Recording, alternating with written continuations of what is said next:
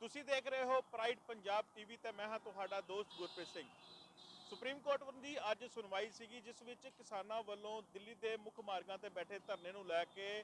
ਚੁਕਾਉਣ ਨੂੰ ਲੈ ਕੇ ਜਿਹੜਾ ਸੀਗਾ ਇੱਕ ਪਟੀਸ਼ਨ ਜਿਹੜੀ ਸੀਗੀ ਦਾਇਰ ਕੀਤੀ ਗਈ ਸੀ ਤੇ ਹਵਾਲਾ ਦਿੱਤਾ ਗਿਆ ਸੀਗਾ ਕਰੋਨਾ ਵਾਇਰਸ ਦਾ, ਜਿਸ ਤੋਂ ਬਾਅਦ ਅੱਜ ਜਿਹੜਾ ਸੁਪਰੀਮ ਕੋਰਟ ਵੱਲੋਂ ਜਿਹੜੀ ਕੱਲ ਹੁਣ ਦੁਬਾਰਾ ਤੋਂ ਸੁਣਵਾਈ ਵੀ ਹੋਏਗੀ ਅਤੇ ਇਸ ਵਾਪਸ ਸਾਡੇ ਨਾਲ ਗੱਲਬਾਤ ਕਰਨ ਨੂੰ ਕਈ ਕਿਸਾਨ ਆਗੂ ਜਿਹੜੇ ਨੇ ਇੱਥੇ ਮੌਜੂਦ ਨੇ। ਗੱਲਬਾਤ ਕਰ ਲੈਂਦੇ ਆ ਕਿ ਜਿਹੜਾ ਸੁਪਰੀਮ ਕੋਰਟ ਵੱਲੋਂ ਜਿਹੜੀਆਂ ਅੱਜ ਫੈਸਲਾ ਲਿੱਤਾ ਗਿਆ ਇੱਕ ਹਿਸਾਬ ਦਾ ਜਿਹੜਾ ਕੇਂਦਰ ਸਰਕਾਰ ਨੂੰ ਜਿਹੜੀ ਆ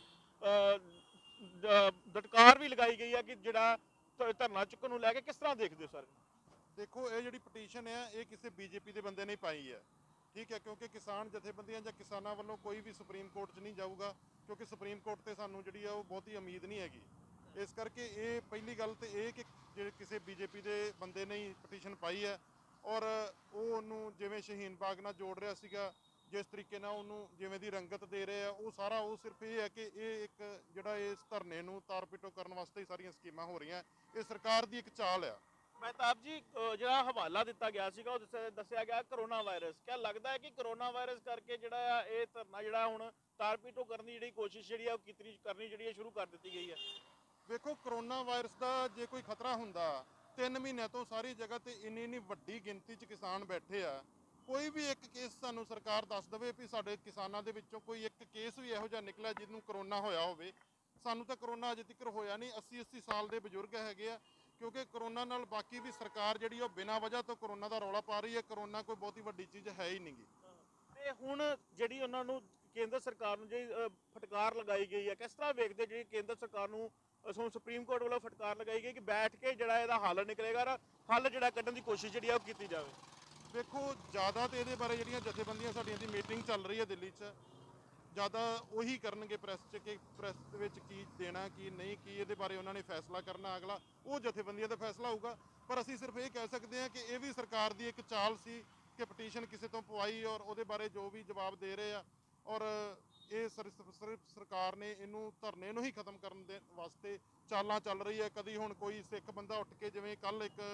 ਜਿਹੜਾ ਹੈਗਾ ਗੁਰਚਰਨ ਸਿੰਘ ਬੱਬਰ ਆ ਦਿੱਲੀ ਤੋਂ, ਠੀਕ ਹੈ, ਉਹ ਕਿਵੇਂ ਦਾ ਬਕਵਾਸ ਕਰ ਰਿਹਾ, ਉਹ ਲੋਕਾਂ ਨੂੰ ਡਰਾ ਰਿਹਾ ਵਾ। ਇਸ ਕਰਕੇ ਇਹ ਜਿਹੜੇ ਸਾਰੇ ਸਰਕਾਰ ਦੇ ਬੰਦੇ ਸਰਕਾਰ ਦੀ ਭਾਸ਼ਾ ਬੋਲ ਰਹੇ ਆ, ਸਾਨੂੰ ਇਹਨਾਂ ਤੋਂ ਤੇ ਜਿਹੜਾ ਵਾ ਸਾਰਿਆਂ ਤੋਂ ਬਚ ਕੇ ਰਹਿਣਾ ਚਾਹੀਦਾ, ਬਸ ਇਹ ਚੀਜ਼ ਹੈ। ਜੇ ਅਗਰ ਗੱਲ ਕੀਤੀ ਜਾਵੇ, ਅੱਜ ਵੀ ਇੱਕ ਜਗ੍ਹਾ ਦੇ ਉੱਤੇ ਪ੍ਰਧਾਨ ਮੰਤਰੀ ਜਿਹੜੇ ਸੀਗੇ ਸੰਬੋਧਨ ਕਰ ਰਹੇ ਸੀਗੇ, ਉਹਨਾਂ ਵੱਲੋਂ ਫਿਰ ਸੋਲੇ ਜਿਹੜੇ ਸੀਗੇ ਗਾਏ ਗਏ, ਕਿਹਾ ਜਾ ਰਿਹਾ ਕਿ ਖੇਤੀ ਕਾਨੂੰਨਾਂ ਨੂੰ ਲੈ ਕੇ ਦੁਬਾਰਾ ਤੋਂ ਸੋਲੇ ਗਾਏ ਗਏ। ਕਿਆ ਲੱਗਦਾ ਕਿ ਹਜੇ ਵੀ ਮੰਨਣ ਦੇ ਕਗਾਰ 'ਚ ਨਹੀਂ ਹੈਗੇ ਇਸ ਟਾਈਮ? ਭਾਜੀ ਐਡਾ ਢੀਠ ਪ੍ਰਧਾਨ ਮੰਤਰੀ ਜਿਹੜਾ ਵਾ ਉਹ ਪਹਿਲੀ ਵਾਰੀ ਮੇਰੇ ਖਿਆਲ 'ਚ ਵੇਖ ਰਹੇ ਆ ਕਿ ਪੂਰੀ ਦੁਨੀਆ ਇੱਕ ਪਾਸੇ ਆ ਤੇ ਉਹ ਆਪਣੀ ਸਰਕਾਰ ਲੈ ਕੇ ਇੱਕ ਪਾਸੇ ਬੈਠਾ ਹੈ। ਸਰਕਾਰ ਜਿਹੜੀ ਆ ਉਹ ਜਨਤਾ ਦੀ ਆਵਾਜ਼ ਉਹਨੂੰ ਸੁਣਨੀ ਚਾਹੀਦੀ ਹੈ, ਕਿਉਂਕਿ ਇੱਕ ਬੰਨੇ ਉਹ ਸਾਨੂੰ ਕਹਿੰਦਾ ਕਿ ਇਹ ਕਾਨੂੰਨ ਕਿਸਾਨਾਂ ਦੇ ਹੱਕ 'ਚ ਹੈ, ਦੂਸਰੇ ਬੰਨੇ ਉਹ ਇੰਡਸਟਰੀ ਵਾਲਿਆਂ ਨੂੰ ਸਾਰਿਆਂ ਨੂੰ ਕਹਿ ਰਿਹਾ ਕਿ ਤੁਹਾਨੂੰ ਹੁਣ ਖੇਤੀ ਦੇ ਜਿਹੜੇ ਵਾ ਉਹਦੇ 'ਚ ਵੀ ਦੇਤੀ ਖੁੱਲ੍ਹ, ਤੁਸੀਂ ਉਧਰ ਵੀ ਜਿਹੜਾ ਵਾ ਉਹ ਕਰੋ, ਪੂਰਾ ਲੁੱਟ ਮਚਾਓ ਜਿੰਨੀ ਮਚਾਉਣੀ ਹੈ, ਕਿਉਂਕਿ ਉਹ ਲੁੱਟ ਮਚਾਉਣ ਵਾਸਤੇ ਉਹਨਾਂ ਨੂੰ ਖੁੱਲ੍ਹ ਦਿੱਤੀ ਹੈ ਤੇ ਉਹ ਵਾਰ-ਵਾਰ ਉਹਨਾਂ ਨੂੰ ਕਹਿ ਰਿਹਾ, ਕਿਉਂਕਿ 3-4 ਦਿਨ ਹੀ ਪਹਿਲਾਂ ਇਹਨਾਂ ਨੇ ਜਿਹੜਾ ਇੰਡਸਟਰੀ ਵਾਲਿਆਂ ਨਾਲ ਮੀਟਿੰਗ ਕੀਤੀ ਹੈ ਤੇ ਉਹਨਾਂ ਨੂੰ ਇਹ ਸਾਰੀ ਦਿੱਤੀ ਹੈ ਕਿ ਤੁਹਾਨੂੰ ਕਿਸਾਨੀ ਦੇ ਵਿੱਚ ਖੁੱਲ੍ਹ ਹੈ, ਜਿਵੇਂ ਮਰਜ਼ੀ ਜਿਹੜਾ ਵਾ ਉਹ ਲੁੱਟੋ। ਹੁਣ ਇੱਕ ਹੋਰ ਕਮੇਟੀ ਬਣਾਉਣ ਦੀ ਜਿਹੜੀ ਗੱਲ ਹੈ, ਜਿਹੜੀ ਕੇਂਦਰ ਸਰਕਾਰ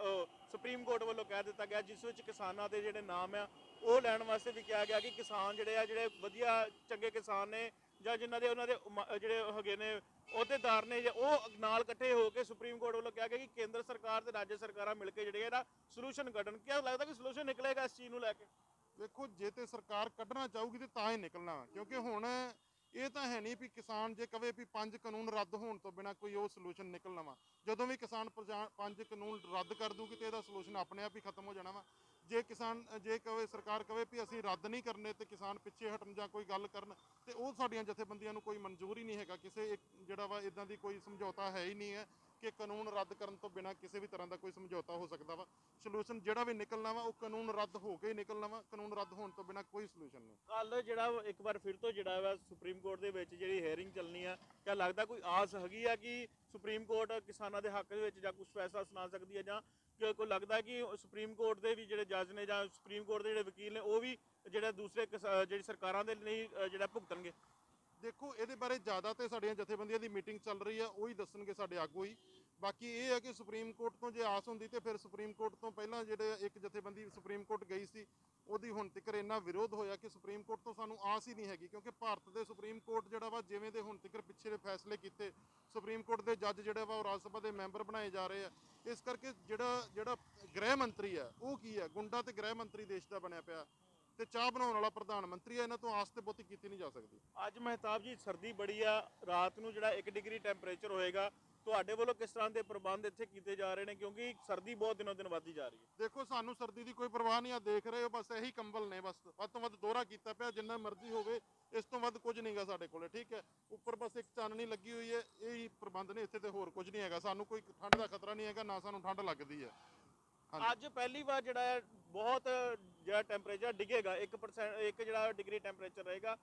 ਕਿਆ ਲੱਗਦਾ ਹੈ ਕਿ ਜਿਹੜੀ ਕਿਸਾਨਾਂ ਦੀ ਗਰਮੀ ਸਾਹਮਣੇ ਜਿਹੜਾ ਸਰਦੀ ਜਿਹੜੀ ਆ ਉਹ ਵੀ ਪਿਘਲਦੀ ਹੋਈ ਨਜ਼ਰ ਆ ਰਹੀ ਹੈ? ਦੇਖੋ ਬਿਲਕੁਲ ਸਹੀ ਗੱਲ ਹੈ, ਕਿਉਂਕਿ ਕਿਸਾਨਾਂ ਦੇ ਵਿੱਚ ਜਾਂ ਜਿਹੜੇ ਸਾਡੇ ਤੇ ਬਜ਼ੁਰਗਾਂ ਦੇ ਵਿੱਚ ਵੀ ਇੰਨੀ ਗਰਮੀ ਜੋਸ਼ੀ ਹੈ ਕਿ ਉਹਨਾਂ ਨੂੰ ਨਹੀਂ ਲੱਗ ਰਹੀ, ਤੇ ਨੌਜਵਾਨਾਂ ਨੂੰ ਤਾਂ ਕੋਈ ਫਰਕ ਪੈਣ ਹੀ ਨਹੀਂ ਵਾਲਾ ਹੈਗਾ। ਸਾਨੂੰ ਇਸ ਸਰਦੀ ਦਾ ਕੋਈ ਅਸਰ ਨਹੀਂ ਹੈ। ਦੇਖ ਲਓ ਤੁਸੀਂ ਕਿ ਅਸੀਂ ਇਦਾਂ ਹੀ ਬੈਠੇ ਹਾਂ, ਸਾਨੂੰ ਕੋਈ ਜਿਹੜਾ ਠੰਡ ਨਹੀਂ ਲੱਗ ਰਹੀ ਹੈਗੀ। ਸੋ ਇਹ ਸਨ ਕਿਸਾਨ ਔਰ ਕਿਸਾਨਾਂ ਦਾ ਇਹੀ ਕਹਿਣਾ ਹੈ ਕਿ ਲਗਾਤਾਰ ਜੋ ਫੈਸਲਾ ਸੁਪਰੀਮ ਕੋਰਟ ਵੱਲੋਂ ਲਿੱਤਾ ਗਿਆ ਹੈ ਉਹ ਕਿਤੇ ਵਧੀਆ ਫੈਸਲਾ ਵੀ ਹੈ, ਔਰ ਜੋ ਕੇਂਦਰ ਸਰਕਾਰ ਨੂੰ ਫਟਕਾਰ ਲਗਾਈ ਗਈ ਹੈ ਉਹਨੂੰ ਲੈ ਕੇ ਹੁਣ ਕੱਲ੍ਹ ਇੱਕ ਵਾਰ ਫਿਰ ਤੋਂ ਜਿਹੜਾ ਆ